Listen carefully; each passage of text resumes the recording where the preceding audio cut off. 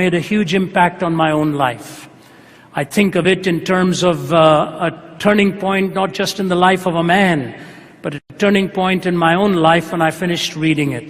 One of my great heroes, not doctrinally, but as a man who was so gifted with the pen, was a man called Malcolm Muggeridge, probably the greatest English journalist of the 20th century. I remember spending time with him a little while before he died in 1990, and he told me, when I stand before my Lord, the thing I'm really going to have to ask him for forgiveness for is for being so fatally fluent. He used his pen to advantage, to mockery. But he was teaching journalism in India. And early one morning he came out of his place in his professor's quarters, and he started walking by the river there in the south where he lived. And he got into the river to have his morning bath. And way out in the distance, he saw an Indian woman enter the river in order to have her own morning bath. Muggeridge lived a very sensually driven life. And being a foreigner, he thought he could buy her for a few moments, not a problem. So he starts swimming towards her, but he says this in his book, A Green Stick, The Chronicle of Wasted Years. He said, as I was swimming towards her, my heart was pounding within me, and something in my heart kept saying, don't, don't, don't. But he said, I was so captive to this kind of thing, I was driven to do it. And as he hurried along with every stroke moving towards her, the woman in the other end, probably terrified as to what she saw happening, someone invading her own privacy, and possibly as she saw him closer, much more stunned that this was someone from a foreign land. He says he came closer to her, and as he knew she was standing half beneath the waters, he emerged a couple of feet in front of her, shook his head, all the water off his face. He said, I was stunned when I saw what I did. She raised her arms to cover her body, and I realized I was looking into the face of a leper. The digital's gone. The feature's all gone, eroded by this neurological disease. He said, and as I looked at her, the first thought that came into my mind was, what a lecherous woman. And I had to pause and realize, no, the woman wasn't lecherous, but it was me who was living with a lecherous heart. This reality of a lecherous heart, this reality of being so alienated from God, to be trapped by the things of this world. You see, the worst effect of sin is manifested not in pain or suffering or bodily defacement, but in the discrowned faculties, the unworthy loves, the brutalized and the enslaved spirit. It's not revealed in pain and suffering and bodily defacement, but in this discrowning of our thinking, the unworthy loves, the brutalized and the enslaved spirit. My colleague Matt, who travels with me everywhere, will support this story I'm telling you just in the first hand of meeting this man. I was in Australia a few months ago. And a handsome-looking man had asked if he could meet with me for a little while. The only reason I stress his looks is because of a certain tragedy that came into his life. He'd written me a letter, but I'd forgotten the details, and he just asked if he could see me. And after reading the letter, I set it up, but it was months before, and to be honest, I'd forgotten the story. And so we meet up, nice-looking gentleman, well attired, sits across the table, and I said to him, how are you doing? He said, well, lucky to be alive. I thought that's an odd response.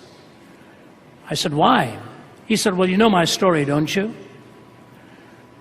I said, yes, you wrote it to me, but please refresh me because it's been so long. He reminded me he was a prostitute in Hollywood. He catered to men and women in their sexual desires every night. Every night. Till he contracted AIDS.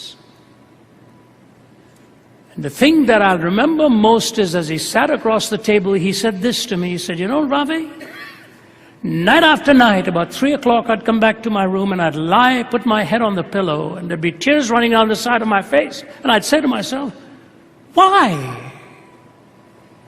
What am I doing? Why am I doing this? Intellectually, he knew he was being utterly self-destructive. But his will was in chains. He was handcuffed. He was handcuffed.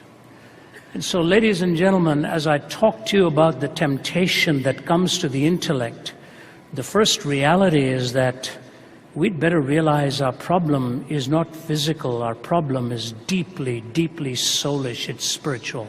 Why do I say this? The seduction of many in modern-day Christendom has been to yield to this temptation. And what has it brought forth? The so-called prosperity gospel, which has bought into materialism. So the first temptation is still very much with us. Very much with us, yielding to materialism. Let me take a pause here and introduce 2 Kings 5. Here's the story. Please try and string these together. The story was told of Naaman, the Syrian who had leprosy, who came to Elisha to be healed of his leprosy. Elisha looks at him, doesn't even go to see him. He tells the servant, you go and tell him to go and dip in the river Jordan 7 times, and the miracle will take place. Naaman's response, he's incensed because he's got all of his badges on him. He is dominating this country, and this little prophet in this tiny little town won't even pay him the courtesy of coming and seeing him and telling him to go and dip in their river 7 times. So he looks at him and he says, why is he asking me to do it here in Jordan? Can't I do it in Abana and Pharpar, the 2 rivers of Damascus? He's about to get outraged when one of his servants says to him, sir, if he'd asked you to do something difficult, would you have done it? He said, yeah. He said, then just go and do this. It's very simple. Dip in the river 7 times, and when you come up the 7th time, if you don't have leprosy, we can go and pay Elisha a visit. Can you imagine? He's going 1, 2, and by the 6th time, he's probably saying, I'm going to be like an absolute fool when I come out of here. He comes up the 7th time, and the leprosy is gone. What is his first response? How do I pay for this? How do I pay for this? And he says, take whatever you want to Elisha. Elisha says, you don't owe me anything. You don't owe me anything. Just go and give God the glory and worship God. His servant Gehazi is watching this, and he says, why did he let him get away lightly? And he goes and follows and tells Naaman a lie. He says, some young prophets have come to study under my master. This is not for me, this is for them. Could you give some gold and silver and clothing and all of that? So he stacks up his donkeys, takes all the stuff, goes and deposits in his room, and comes back looking totally innocent into Elisha's presence. Elisha says, where were you? He says, nowhere in particular. I have children. I knew when I asked them where they were, if they say nowhere in particular, I had better find out where they were in general. Elisha finds out, and he says, you know, the leprosy that was his is now yours.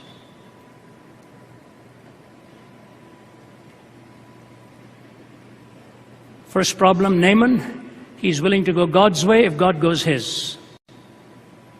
Second problem, Gehazi, he goes his own way and makes it look like God's. There you have it. The world says we'll do it if God will go our way. God says, no, you can't do that. And then when we come to start following him, we go the way of the world, only make it look like God's. Jesus says, be gone. It is written, man shall not live by bread alone, but by every word that proceeds from the mouth of the God. Second comes to the will. Why don't you jump and see if God will honor his word and protect you? So the first comes to the intellect. Second comes to the volition, to the will. Test God. Why don't you do it? And Jesus says, no, it is also written. Now this time it is fascinating. The devil makes a right assumption because he quotes the scripture, but he takes a text and puts it out of context. And Jesus says, no, it is also written, you shall not tempt the Lord your God. And he tells him to be gone. What would have happened if Jesus had yielded? You know what would have happened? The most purposeful thing for which he came would have been lost, because the devil didn't give up here. He came to him once more. If thou be the Christ, save thyself and us. He wanted to derail him from the way of the cross. I'm going to take a few minutes to talk to you about something that is very dear to my heart. I'm a Christian apologist. I present answers to people's questions and clarify truth claims. But I want you to know I'm not an intellectual. I hate being thrown into this arena. I've just been thrust into it, almost dragged into it, kicking and screaming. I tell you the truth. We go there occasion after occasion after occasion, and we get older in the room waiting for every open forum because of the tension with which we live. I was at UCLA recently. 3,000 were there half an hour before the doors were opening. They were lined up. Clemson University, 9,000 on a Thursday night. Princeton, packed. All of these universities, one after another, packed. And you're sitting alone in that room there, terrified of what's going to come at you in terms of cannonball fire. And you know, apart from the Spirit of God and the power of God, you daren't go out there. You're going to make a fool of yourself. Ask any apologist. Some of you are here, you know. My brother Dan from Kuala Lumpur, dear friend, stands in daunting situations. They're not user-friendly. But there's one thing I want to say to you, which is staggering. After all the bushes are cleared, after all of the intellectual jargon has been moved out of the way, after all of the smoke screens have been thrown up, and all of this verbiage strung together to see if they can trip you up, I'll tell you when it is in every forum that they're sitting at the edge of their seats listening. I'll switch arenas and give it to you in an anecdote form. A couple of years ago, I had the privilege, maybe a little longer than that, I did that last year too, the United Nations Prayer Breakfast. It's a tough setting because all worldviews are represented, people from high power. They give you about 20, 25 minutes max in an early morning hours to speak, and you have to be very careful walking on eggshells, as it were. And they asked me to speak on looking for absolutes in a relativistic age. So I don't know how to do it. So I took most of the time talking of the search for absolutes in 4 areas: evil, justice, love, and forgiveness. You want to define evil. You want to define justice. You want to define love. And when you blow it, you want to understand a legitimate way of being forgiven. And they're listening. You're all listening. Evil, justice, love, and forgiveness. Here we're looking for absolutes. I said, I want to tell you now the one place in the world where it is found. I said, are you ready? And they were leaning forward, sitting in their seats. I said, the one place in the world where these four converge is on a hill called Calvary. Where you see evil in the heart of man expressed, the justice of God, the Father, love poured out through His Son, forgiveness, Father, forgive them, for they do not know what they're doing. When I was over, the ambassadors were lined up, and one of the ambassadors from an atheist country looked at me and he says, Dr. Zacharias, I come from an atheistic country. I don't like being here. I miss my family, but my president asked me to come. I wondered why? Today I have my answer. I came here to find God.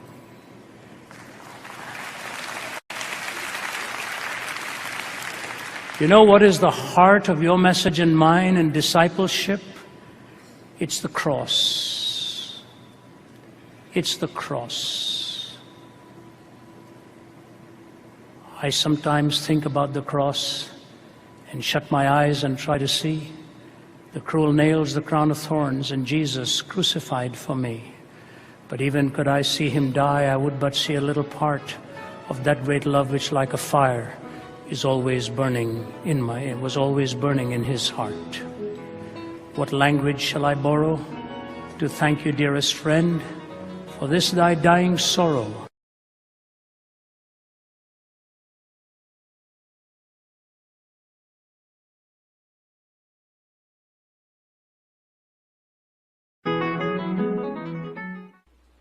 It was the famed psychologist Hobart Maurer, one-time professor at Johns Hopkins, one-time professor at Harvard, who committed suicide when he was 75 years old.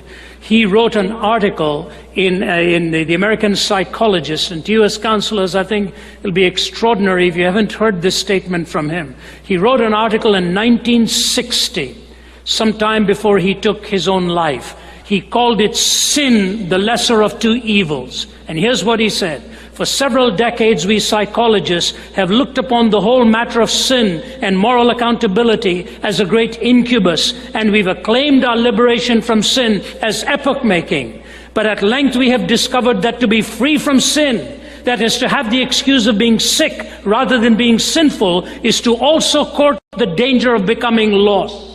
This danger is, I believe, betokened by the widespread interest in existentialism which we are presently witnessing. In becoming amoral, ethically neutral, and free, we have cut the very roots of our being, lost our deepest sense of selfhood and identity, and with neurotics themselves now find ourselves asking, who am I, what is my deepest destiny, and what does living really mean?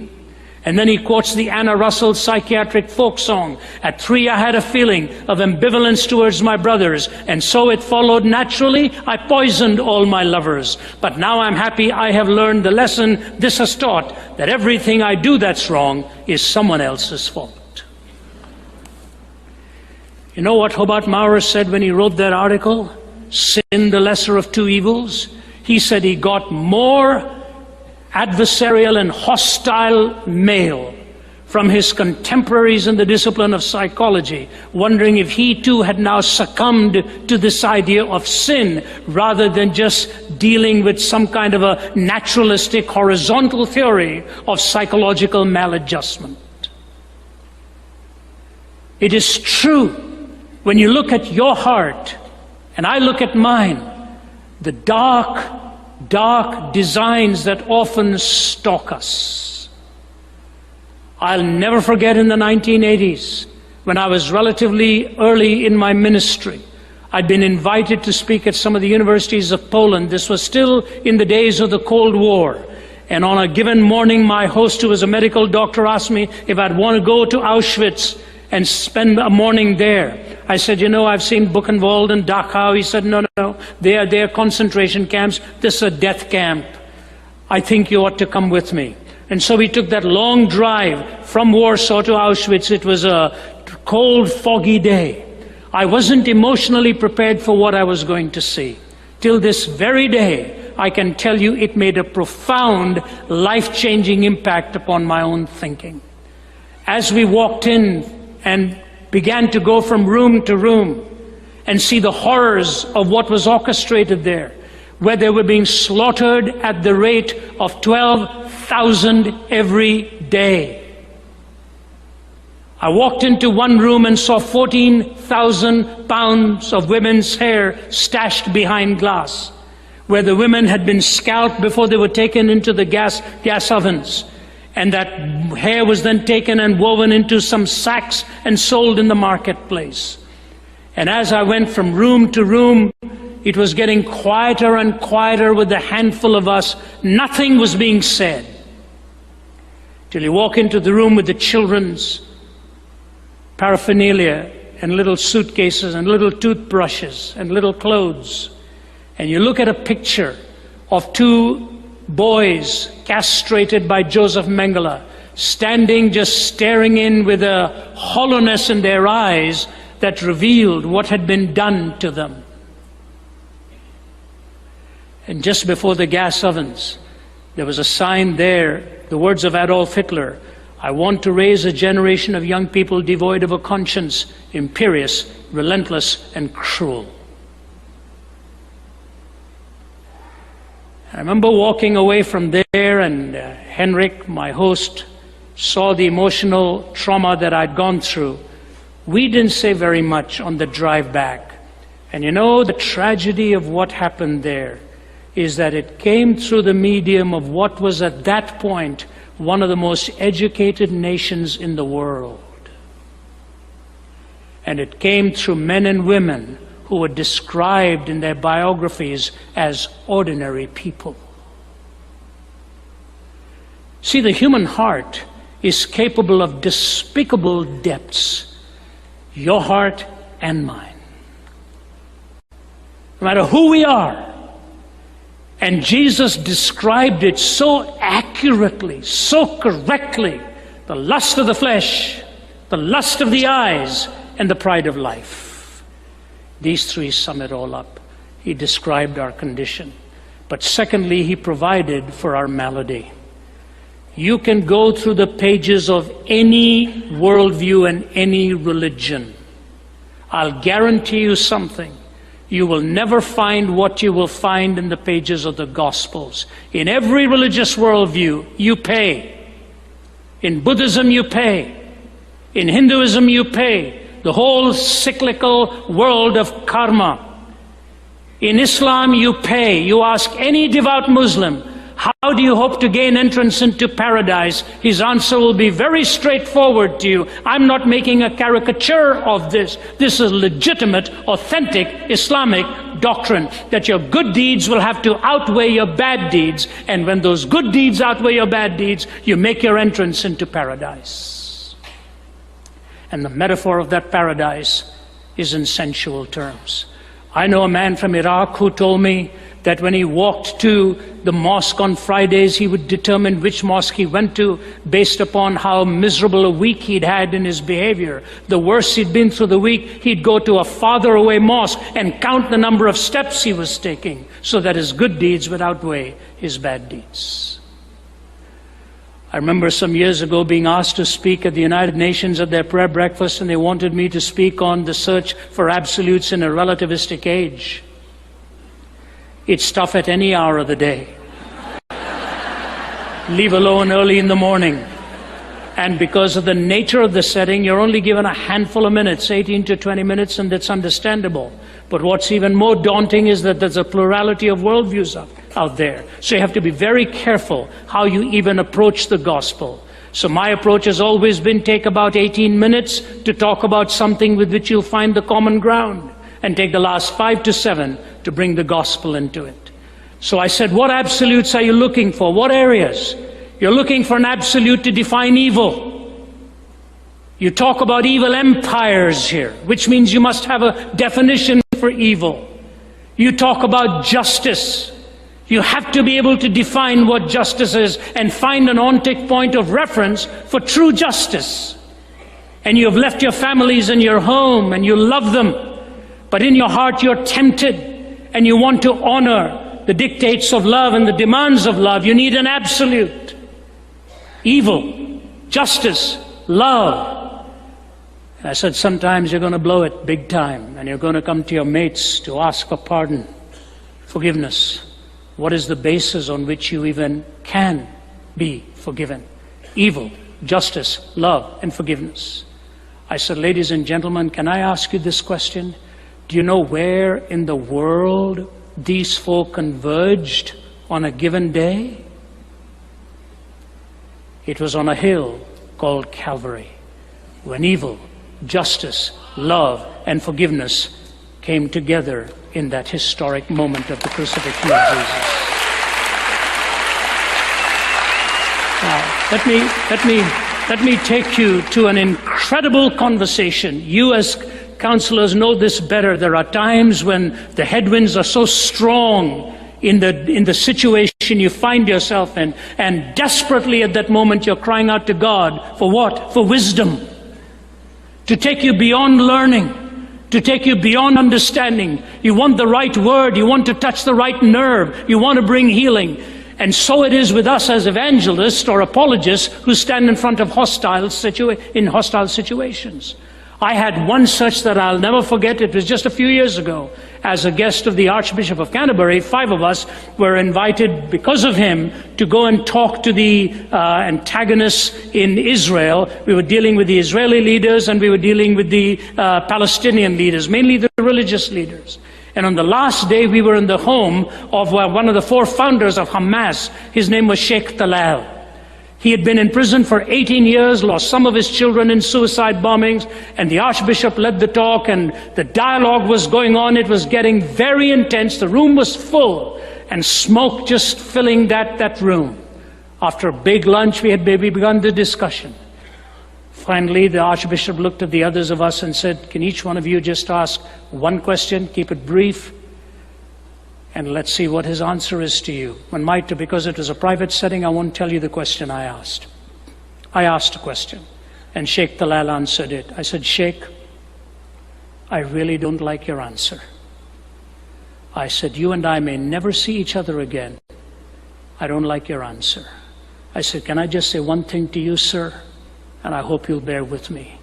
I said, 5,000 years ago on a mountain not far from here, a man called Abraham took his son up the mountain to offer him as an expression of his faith. You remember that story? He said, yes. I said, let's not argue about which son right now. I said, but he took his son up that mountain. And as the axe is about to come down, God stops that arm and he says, stop. He said, that's right. I said, what did God say? He just stared at me. I said, God said, stop. I myself will provide. He said, that's right. I said, Sheikh, we're here in Ramallah. Very close to us is a hill. 2,000 years ago, God kept that promise. This time he took his own son up that hill. And this time the axe did not stop. I said, Sheikh Talal, until you and I receive the son God has provided, we'll be offering our own sons and daughters on the battlefields of this world for position and land and power and prestige.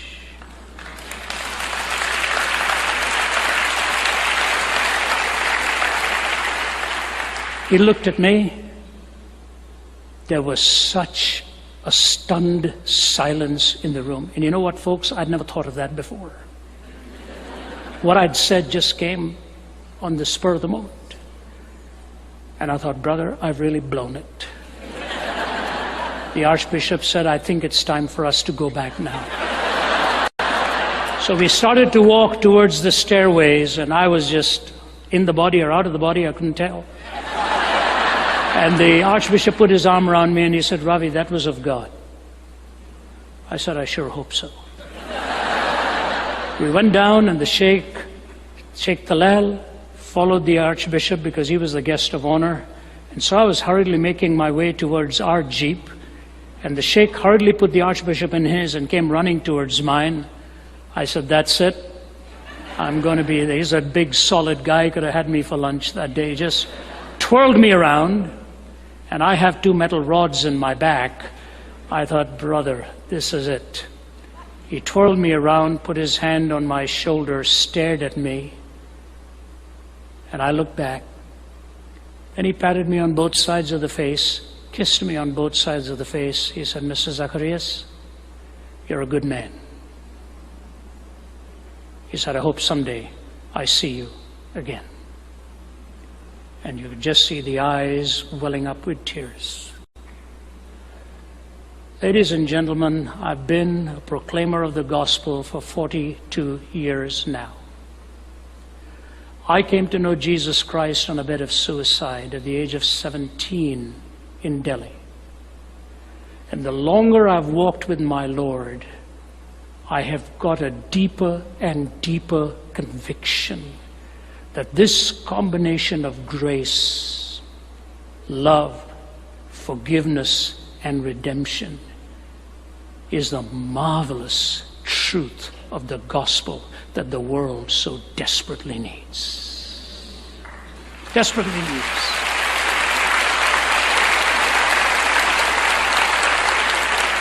His description of my condition, his provision for my malady. Thirdly, his strength in my suffering. Remember Annie Johnston Flint, who was orphaned, arthritic, cancerous, blind, incontinent, lay in bed with 8 pillows cushioning the boils on her body for being in bed so long, for so many years. She writes, He giveth more grace when the burdens grow greater. He sendeth more strength when the labors increase. To added affliction he addeth his mercy. To multiplied trials his multiplied peace. When we have exhausted our store of endurance, when our strength has failed ere the day is half done, when we reach the end of our hoarded resources, our Father's full giving has only begun. His love has no limit, His grace has no measure. His power has no boundaries known unto men. For out of his infinite riches in Jesus, he giveth and giveth and giveth again. The Lord who gives succor, sustenance, internal strength, and takes you through the dark nights of the soul.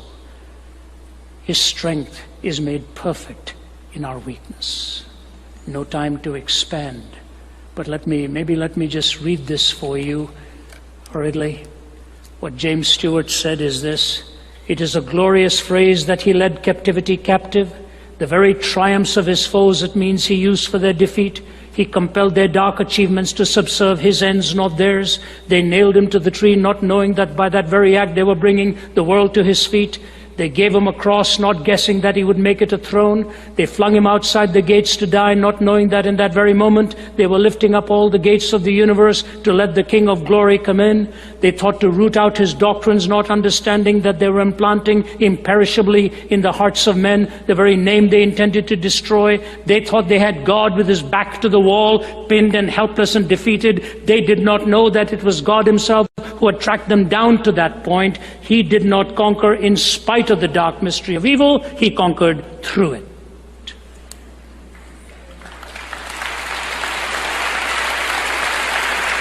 The description of your heart, the provision for your malady, the sustenance in your suffering, and lastly, the hope that he gives beyond the grave. When my mother passed away, I couldn't help but think of just one word: she was gone. I was in my 20s when we lost her. Gone, gone. Till my dad asked me to complete the thought, gone where? And on my knees it came so comfortingly. My mother had not just gone, she'd gone home to be with her heavenly Father. She was a late comer to Christ. 3 conversions after the resurrection: Saul of Tarsus to Paul, doubting Thomas to the evangelist to India, James the brother of Jesus, so powerful in their testimonies to the resurrection of Jesus that changed history. Hope beyond the grave, and hope for now. My time's gone, so let me just close, because I began with there's nothing like him in history.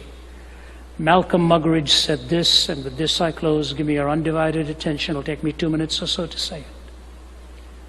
He said, we look back upon history and what do we see? Empires rising and falling, revolutions and counter-revolutions, wealth accumulated and wealth dispersed. Shakespeare has spoken of the rise and fall of great ones that ebb and flow with the moon. I look back upon my own fellow countrymen in England, once upon a time dominating a quarter of the world, most of them convinced, in the words of what is still a popular song, that the God who made them mighty shall make them mightier yet. I've heard a crazed, cracked Austrian announce to the world the establishment of a Reich that would last 1,000 years. I've seen an Italian clown saying he was going to stop and restart the calendar with his own ascension to power. I met a murderous Georgian brigand in the Kremlin, acclaimed by the intellectual elite of the world as a wiser than Solomon, more humane than Marcus Aurelius, more enlightened than Ashoka. I have seen America wealthier, and in terms of military weaponry, had the American people so desired, they could outdone a Caesar or an Alexander in the range and scale of their conquest, all in one lifetime. All in one lifetime. All gone. Gone with the wind. England, part of a tiny island off the coast of Europe, threatened with dismemberment and even bankruptcy. Hitler and Mussolini dead, remembered only in infamy. Stalin, a forbidden name in the regime he helped found and dominate for some 3 decades. America haunted by the fears of running out of those precious fluids that keep some motorways roaring and the smog settling, with troubled memories of a disastrous campaign in Vietnam and the victory of the Don Quixotes of the media as they charged the windmills of Watergate. All in one lifetime. All in one lifetime.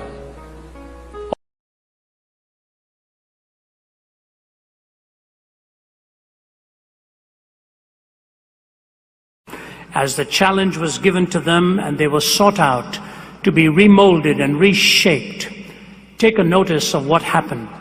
These men were in exile, and all of a sudden the highest man in the land is asking for the best of these young men to be selected. Strong in their countenance, impressive in their personality, And what was it that was going to take place? They were to be reprogrammed and a new set of values planted within them. They were to be taught the philosophy, the literature, and the language of the Babylonians. Philosophy, the way they reason, and the entire change of culture could begin once that language was handed to them. The philosophy, literature, and language to help these men rethink all that there was to be challenging them within this new culture, so that a new set of values would be born into them and then transferred through them to the next generation. The Bible says this, "But Daniel resolved not to defile himself with the royal food and wine. He asked the chief official for permission not to defile himself this way. Now God had caused the official to show favor and sympathy to Daniel, but the official told Daniel, 'I'm afraid of my lord the king, who has assigned your food and drink. Why should he see you looking worse than the other young men your age? The king would then have my head because of you.'" He goes on to show how Daniel reasoned with him. And then in verse 17, "To these 4 young men, God gave knowledge and understanding of all kinds of literature and learning. And Daniel could understand visions and dreams of all kinds. At the end of the time set by the king to bring them in, the chief official presented them to Nebuchadnezzar. The king talked with them, and he found none equal to Daniel, Hananiah, Mishael, and Azariah. So they entered the king's service in every matter of wisdom and understanding, about which the king questioned them. He found them 10 times better than all the magicians and enchanters of his whole kingdom. And Daniel remained there until the first year of King Cyrus." Percy Bysshe Shelley, the great poet, penned these words, which we are almost seeing unfold even to this very day. He said, "I met a traveler from an antique land who said, 'Two vast and trunkless legs of stone stand in the desert. Near them on the sand half sunk, a shattered visage lies, whose frown and wrinkled lip and sneer of cold command tell that the sculptor well those passions read, the hand that mocked them and the heart that fed, which yet survive stamped on these lifeless things. And on the pedestal these words appear, My name is Ozymandias, King of Kings. Look on my works, ye mighty, and despair. Nothing beside remains round that colossal wreck, boundless and bare, the lone and level sands stretch far away. My name is Ozymandias, King of Kings. Look on my works, ye mighty, and despair. Nothing beside remains round that colossal wreck, boundless and bare, the lone and level sands stretch far away. You can go to the Middle East today and see the broken statues of one-time demagogues, whose frown and wrinkled lip and sneer of cold command tell that the sculptor well those passions read. They come and go. They stand with an authoritarianism, a demagogic splendor given to themselves. And all of a sudden rebellion comes. As they're overthrown, you just see them somewhere in desert terrain. It's one side of the picture. And there's another side of it. Who are the ones who can dare stand before them with the conviction of God's truth and reaching out with a love that God alone is big enough to plant in a heart like that?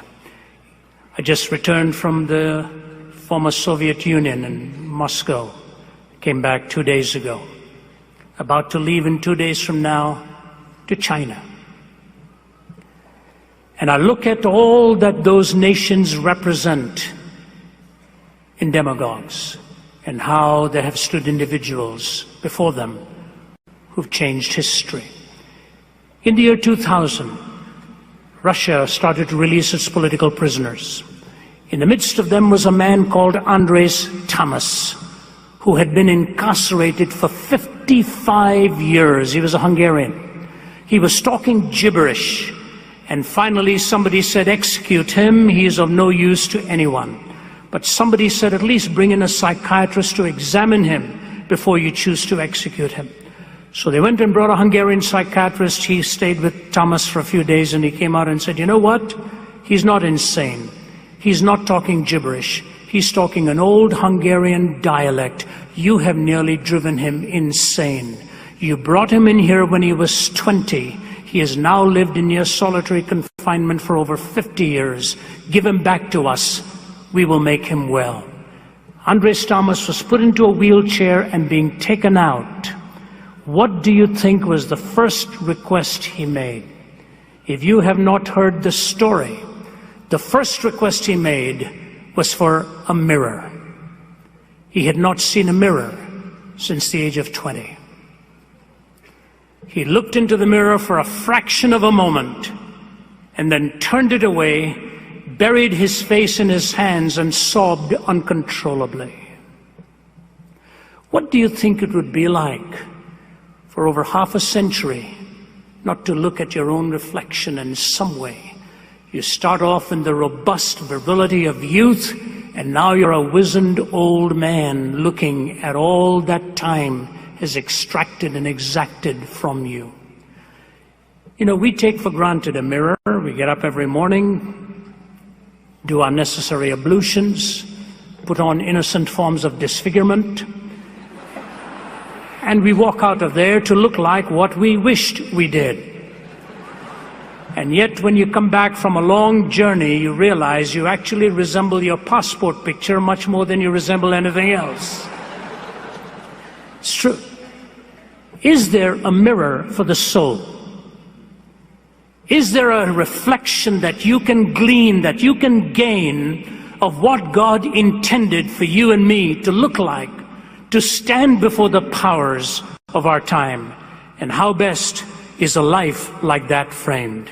I want to take you tonight to look at one man like that. His name was Daniel, and he knew where to draw the lines.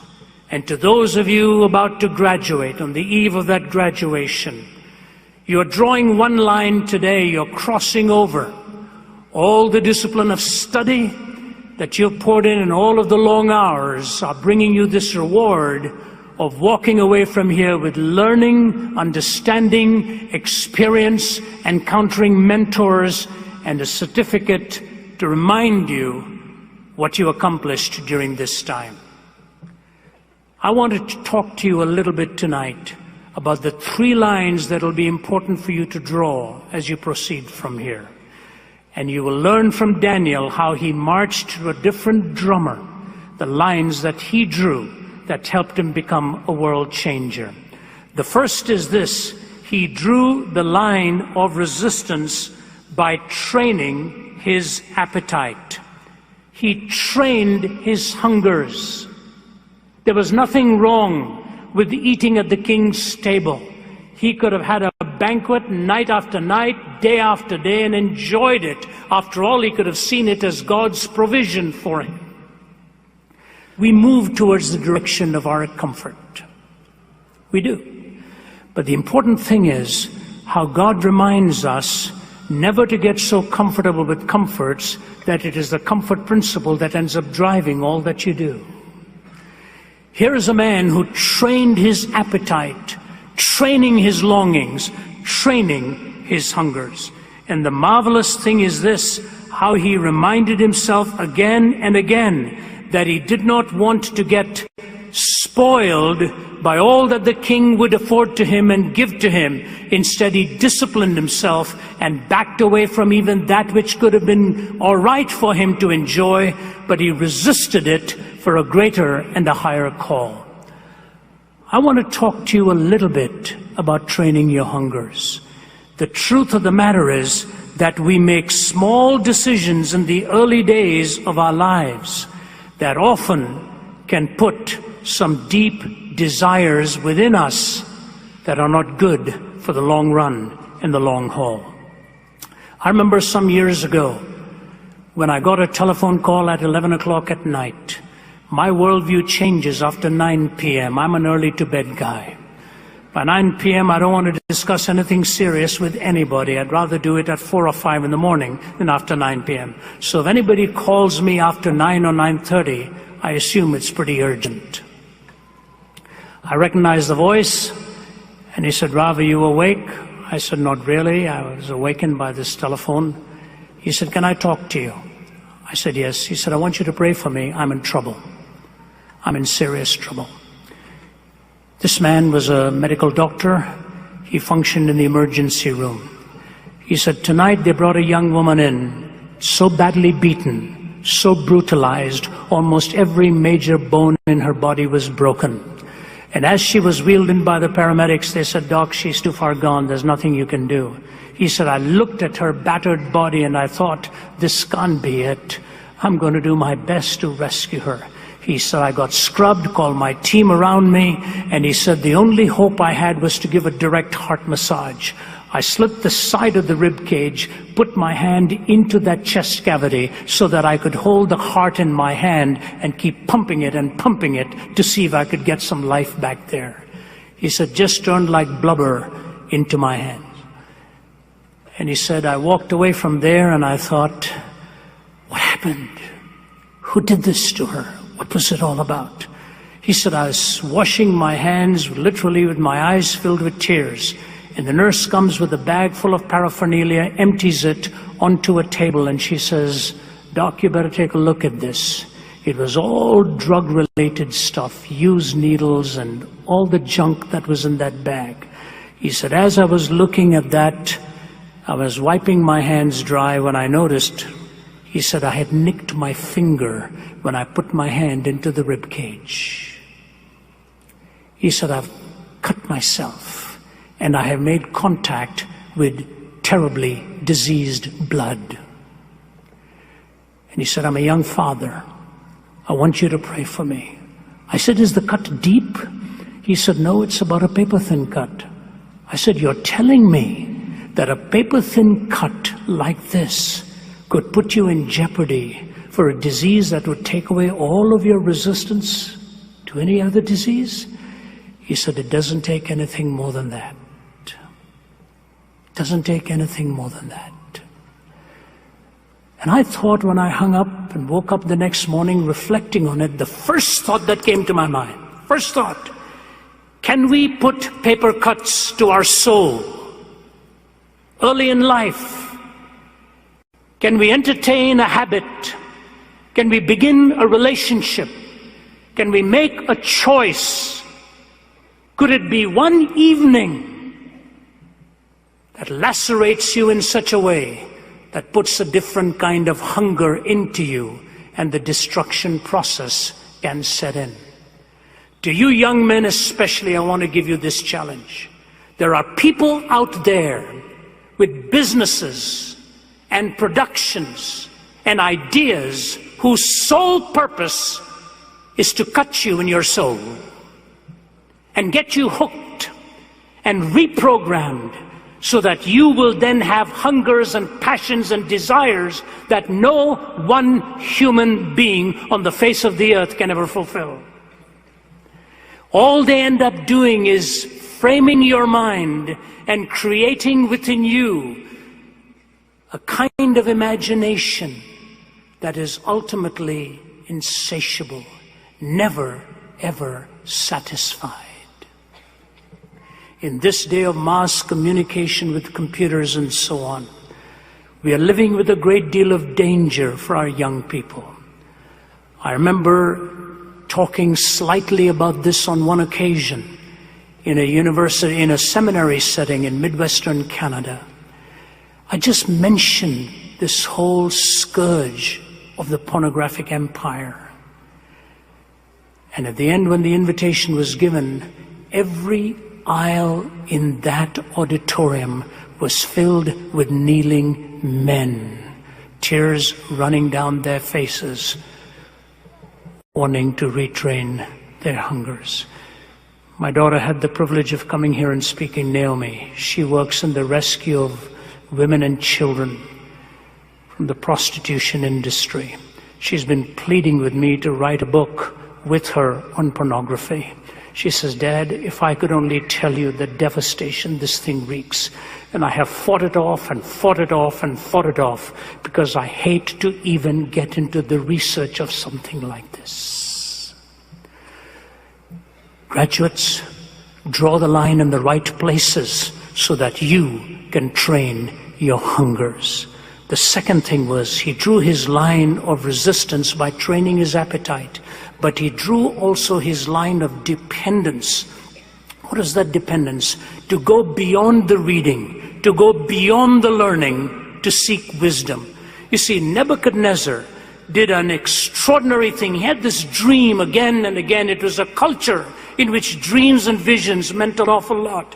And this repeated dream of a statue with a head and shoulders of gold, the breast as it were of silver, the girth made of bronze, the legs made of iron, and the feet of a mixture of iron and clay. And a stone cut out of no man's hand smashes that statue. And he wants to know what this means, what it all means.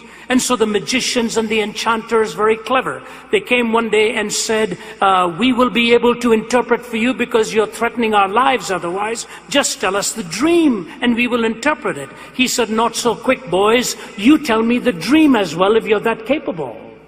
And then you interpret it. You know, I grew up in India where we had these palmists and astrologers always telling us our future. I will never forget my mother bringing in one of these palmists to read the palms of my older brother, my two sisters, my younger brother, 5 of us. And he's going around looking at each one of the palm and giving them all these glorious future predictions. Then he holds mine in his hand and he looks at it and he goes, and my mother is standing there. I said, that's it. I'm being confirmed as a loser. And then he looks at me and he says, Ravi Baba, which is Ravi little boy. And then in Hindi he says to me, you're not going to travel at all in your life. You're going to be stuck right here. It was on a day where everybody wanted to go abroad. All I can say to you now is I hope I meet up with him someday. Because the only possible career for him is weather reporting.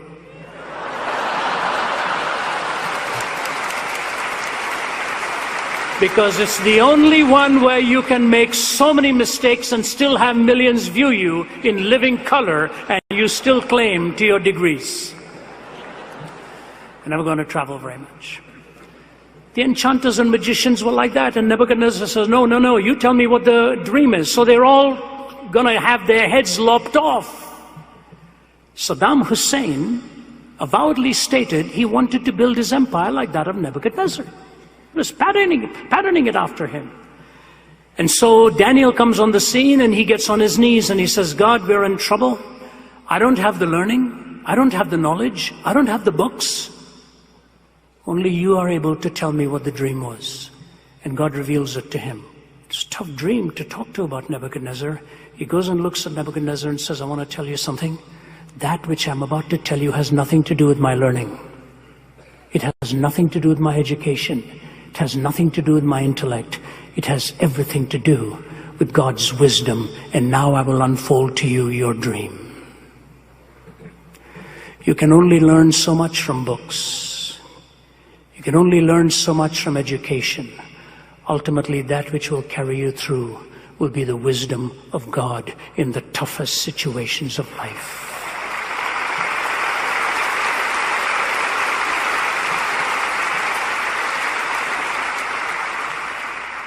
I remember a few years ago, the former Archbishop of Canterbury, George Carey, asked 5 of us men to go with him to meet with the Israeli and the Palestinian leaders to try and bring them together. We'd worked hard for several days. We were exhausted.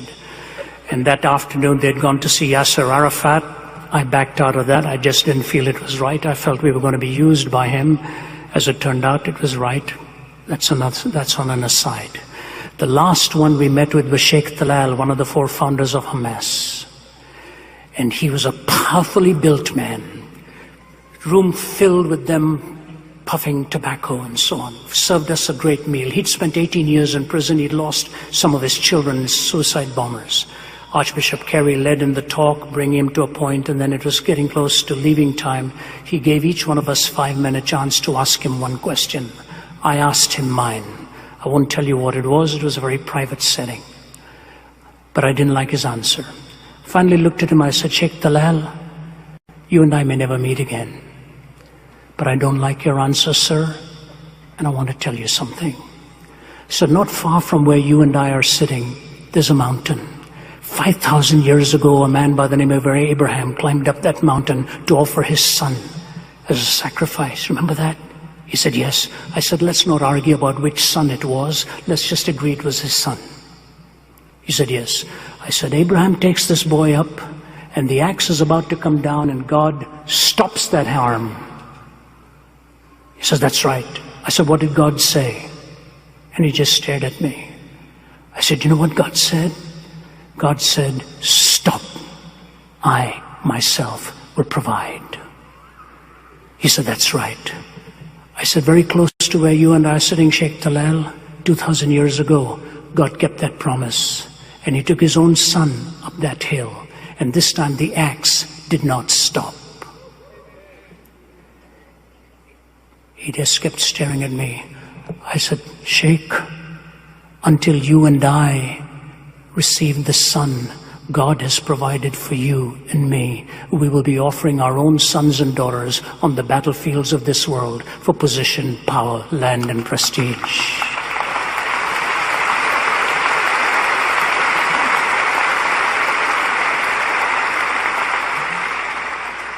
There was such an obvious silence in the room. And the Archbishop said, I think it's time for us to go. I said, brother, I've blown it. I was walking up towards the stairs where we were to head down. And the Archbishop came around me and put his arm around me and he said, Ravi, that was of God. I said, I sure hope so.